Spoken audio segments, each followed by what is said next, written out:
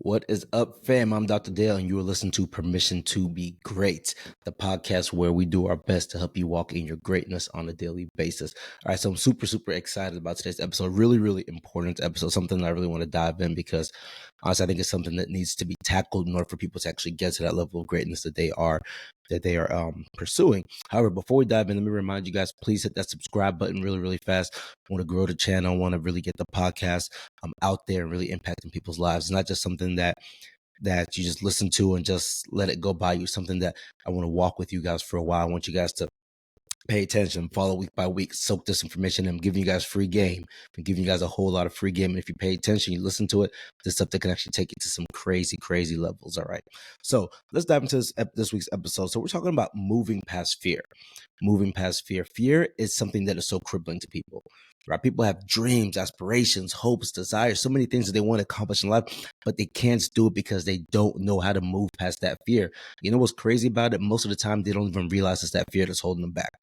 Right? There's an excuse. I didn't do it because of this. I didn't do it because I was tired. I didn't do it because this person didn't give me the resources. There's always something, some reason why they're not going after it and getting what they're trying to get in life. And a lot of times, honestly, it's because of fear. It's that fear that's holding them back. So we're gonna talk about that. We're gonna talk about that. Okay. You know, I do quite a bit of stuff, as you guys know. One thing that I do is I help coach people in medicine and healthcare across the board, doctors, nurses, etc., to self-publish books. Right. So I've written 13 books of my own. So people come to me, and then we have a coaching program. I've got a great coach. He kind of leads a lot of that stuff and coach them through this process. But sometimes I'm talking to them and I say, you know what? What's holding you back from being able to get this book done and get out there and, hit the stages, public speaking, all that type of stuff. And, they'll think about it for a while and they'll be like, I'm afraid, right? I'm afraid. And they'll very vulnerably outright just tell me that they're not pursuing this thing in the life that is on their bucket list, something they've wanted to do for a long time because they're just straight up afraid. Right. And that fear comes in two forms, right? So fear is not always fear of failure. Sometimes it's fear of being successful. Sometimes we're held back by our own fear of being successful, thinking like, man, what happens if I actually do make it? Right? What happens if I go out there and actually do kill it? Then what happens? Then what's my life gonna look like? Then how much work am I gonna have to do, right? And we're afraid of being successful, and that holds us back. We got to get rid of that. We got to get rid of that. We got to turn up. We got to get going. We got to move forward so we can actually make things happen. Because at the end of the day, being successful, quote unquote, successful in life, is not just about you, right? Being successful is about helping other people. Right? Being successful is about advancing society. Being successful is about serving other people as well. It's not just like, oh, I got rich, I got $1 billion, I'm good. Nah. What are you going to do with that $1 billion? How are you going to help other people's lives? How are you going to make things better? So that's why it's so important that we overcome fear, because it's not just for your sake, but it's so we can help other people out. All right, so I've got 4 things I want to talk about as it pertains to fear. 4 things.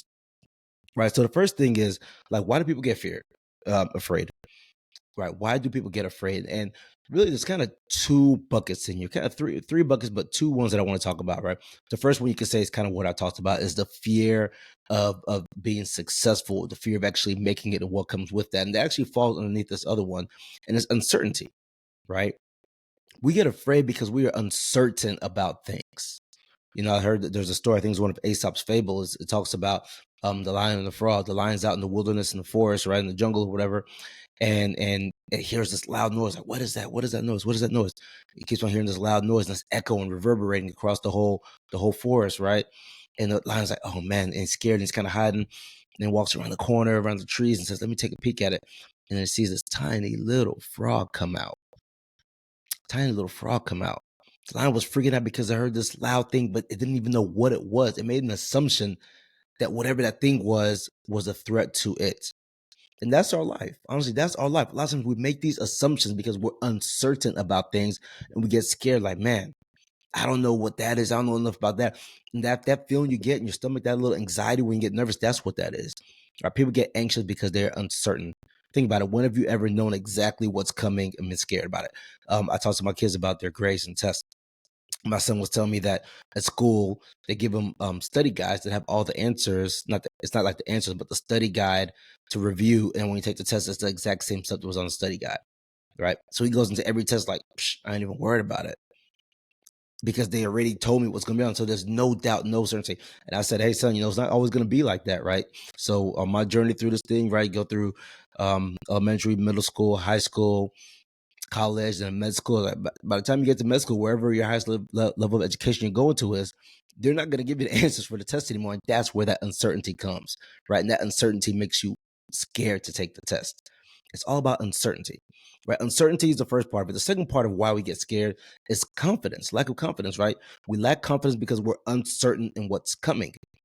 We lack confidence because we're uncertain in what's coming. The easiest way to explain this one that I can think of right now is with sports, right? In sports, every time you step on the court, basketball, step on the court for a basketball game, you're uncertain as to what's coming at you, right? You don't know. And I mean, you might say, okay, I know the plays, the 2-3 defense, whatever, but you're uncertain what the defender's going to do, right? Are they going to blitz you, right? Are they not going to show? Are they going to show? Or all sorts of stuff, right? You're uncertain. And because that uncertainty, depending on who you're playing, you have this level of discomfort. Sometimes you might have heard about a certain player that you're scared to step on the court and play against that player. It's because uncertainty and you lack confidence to step in that arena. Right? Those are the two things. That's why we get afraid. When you stop and you think about it, when you actually get to the point of understanding those two things, it makes it so much easier to overcome fear.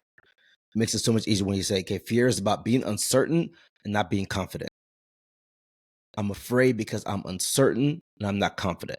And once you can grasp that and understand that, then you can ask yourself, okay, what can I do about those things now? What can I do about those things now? So that's number one. Number one is people get scared and they have fear because they're uncertain and they lack confidence. Number two, what do you do about that? You practice. You practice and you get exposure. Practice and you get exposure, right?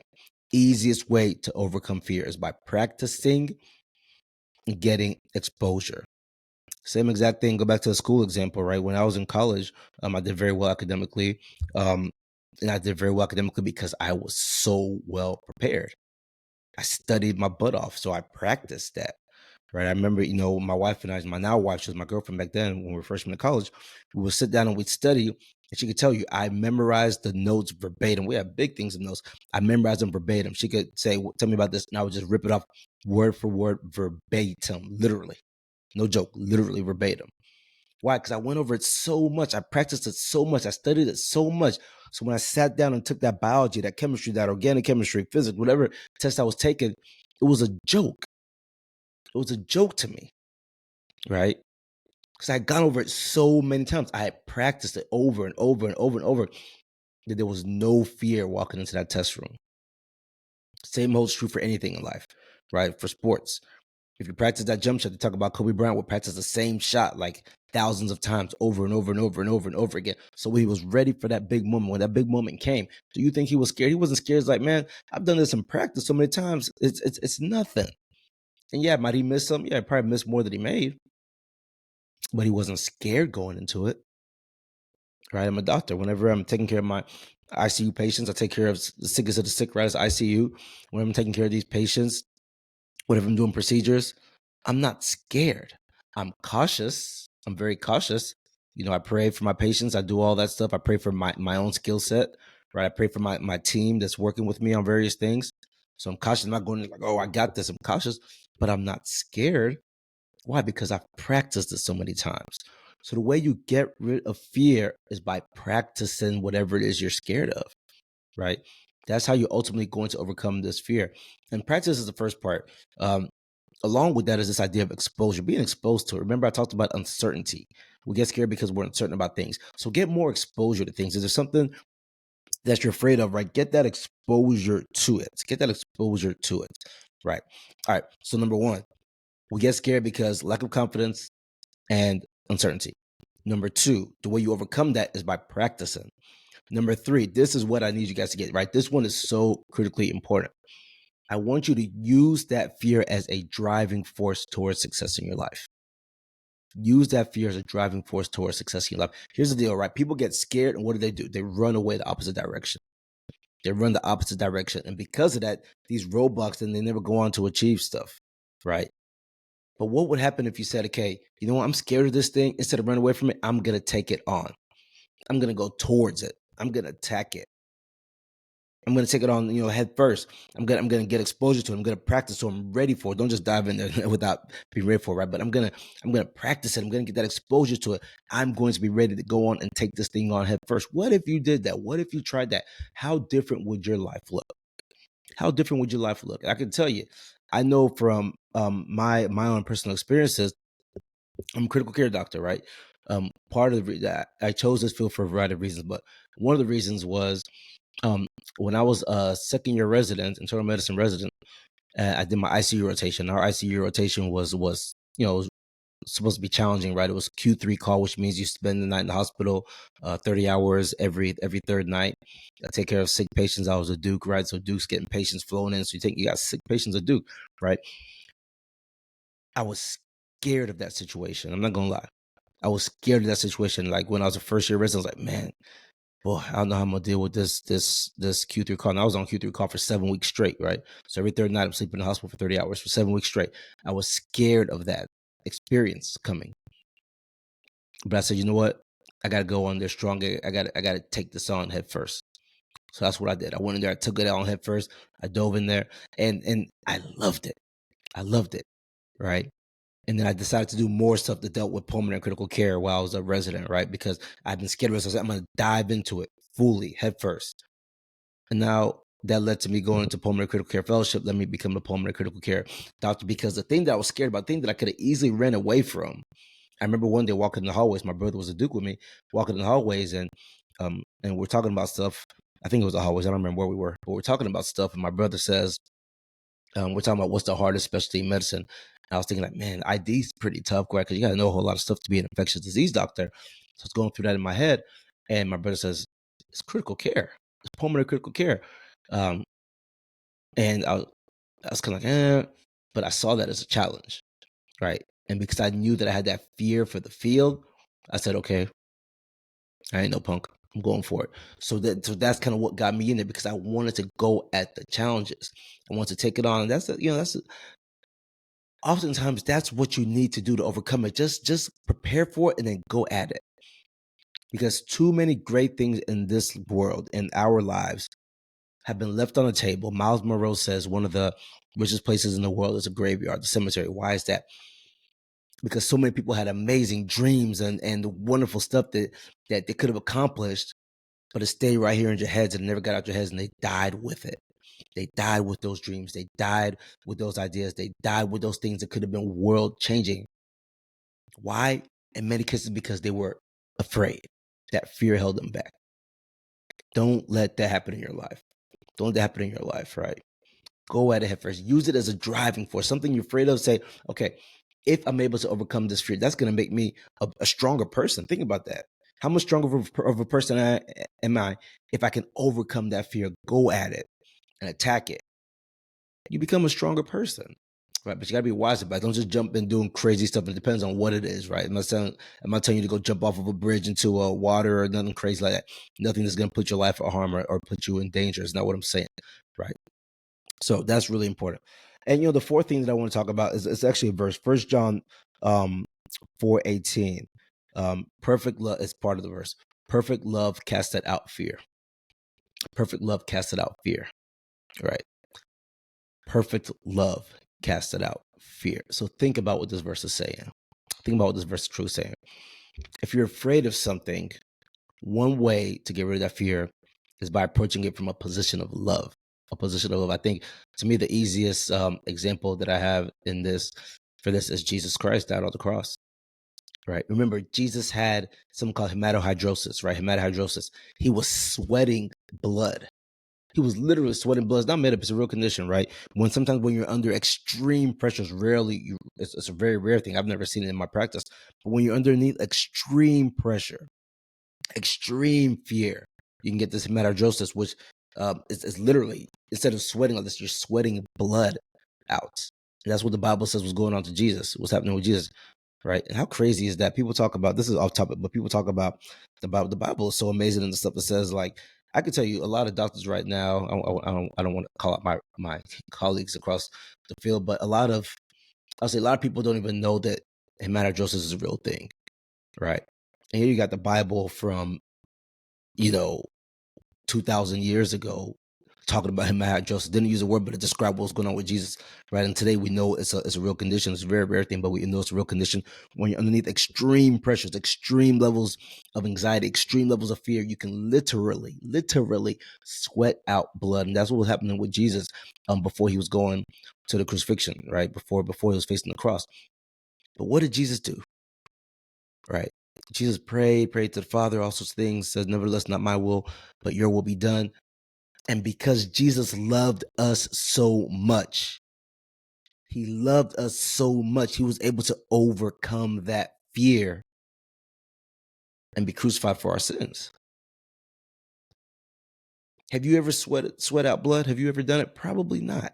So think about the most afraid you've ever been, the most anxious you've ever been was not enough to cause you to sweat out blood. So imagine how much more fearful, how much more anxious. I don't want to go out and say the wrong thing. So I don't want to necessarily use the word fearful for Jesus, but as I understand, that's my disclaimer. As I understand, I'm not saying I'm right, but as I'm not a biblical scholar, okay? But as I understand it, I assume Jesus was in a position of extreme fear to be sweating out blood. But he overcame it because he loved us that much. That's the greatest example I can give. Let's move that to apply that to our lives, right? There's certain things that we're afraid of, certain things we're just so fearful of. But if we can approach it from a position of love, thinking like, okay, I want to take this thing on, but why? You have to understand the why. Why am I going to take this thing on, right? If you can find that place of love in terms of who's it going to help, right? How's it going to make somebody else better? How is it going to be serving somebody? And do you love those people you want to serve enough to go through that thing? If you do, the fear is going to go. The fear will go. And that's how we should make decisions in life. That's how I make my decisions in life, right? I make decisions based on who am I going to be serving, right? And I try to approach that from the bottom of my heart with love. It's hard sometimes. It's hard, right? But you try to approach that from a position of love, because if you're able to approach it from a position of love, what ends up happening is you get the confidence. You get the confidence to overcome that fear. Recap the 4 things that are important. Moving past fear. Okay, this is how you move past fear. Number 1 is, first of all, you have to recognize what causes fear, right? What causes fear is uncertainty and lack of confidence. Uncertainty, lack of confidence. Once you understand those 2 things, you can move on to how do you overcome it. What's the next step? You practice and get exposure. You practice, because that practice is going to build up your confidence and get exposure to different things, because that takes away the uncertainty. Very simple, right? Very simple. Number 3, use your fears as a driving force to pursue your greatness. Use your fear as a driving force to pursue your greatness, right? If there's something you're afraid of, if it's in your way of greatness, see that as a challenge. Practice, get exposure, and then move to number 4, understanding that 1 John 14, perfect love casted out fear. So find a place of love in your heart to come from. Find a place of love in your heart to come from. Understand those 4 things, we're moving past fear together, right? Once you understand those 4 things, we are moving past fear together. All right, man. I hope you guys really took some time. Take notes when you listen to these things. If you're in a position to have a little journal, I'll tell you, I write in preparation for these things, right? I've got my little journal right here, and I take my notes in the journal to prepare for it. So not only am I giving y'all this game, but at the same time, I'm keeping a log of it. So I have it for my own self too, or I've got it for myself too. It's really, really important. So if you're in a position to listen to these, jot down some notes while you listen. If not, just play it in the car on your way to work, school, wherever you're going to, or listen to it on your jog. Just get the information in, because this is real legit stuff that if you're staying locked in and staying focused can take you to new levels. All right. Hey, thanks for listening. Again, I'm going to ask you for the favor. You know what it is? Hit that subscribe button. Please hit that subscribe button. Help me grow the followers on this channel so we can get this out to as many places as possible. Leave a review, rate it, all that other stuff. But the biggest thing for me right now is please hit that subscribe button and share it with your friends. All right. Hey, Dr. Dale, permission to be great, where our mission is to help you walk in your greatness on a daily basis. Praying for you guys. Love you.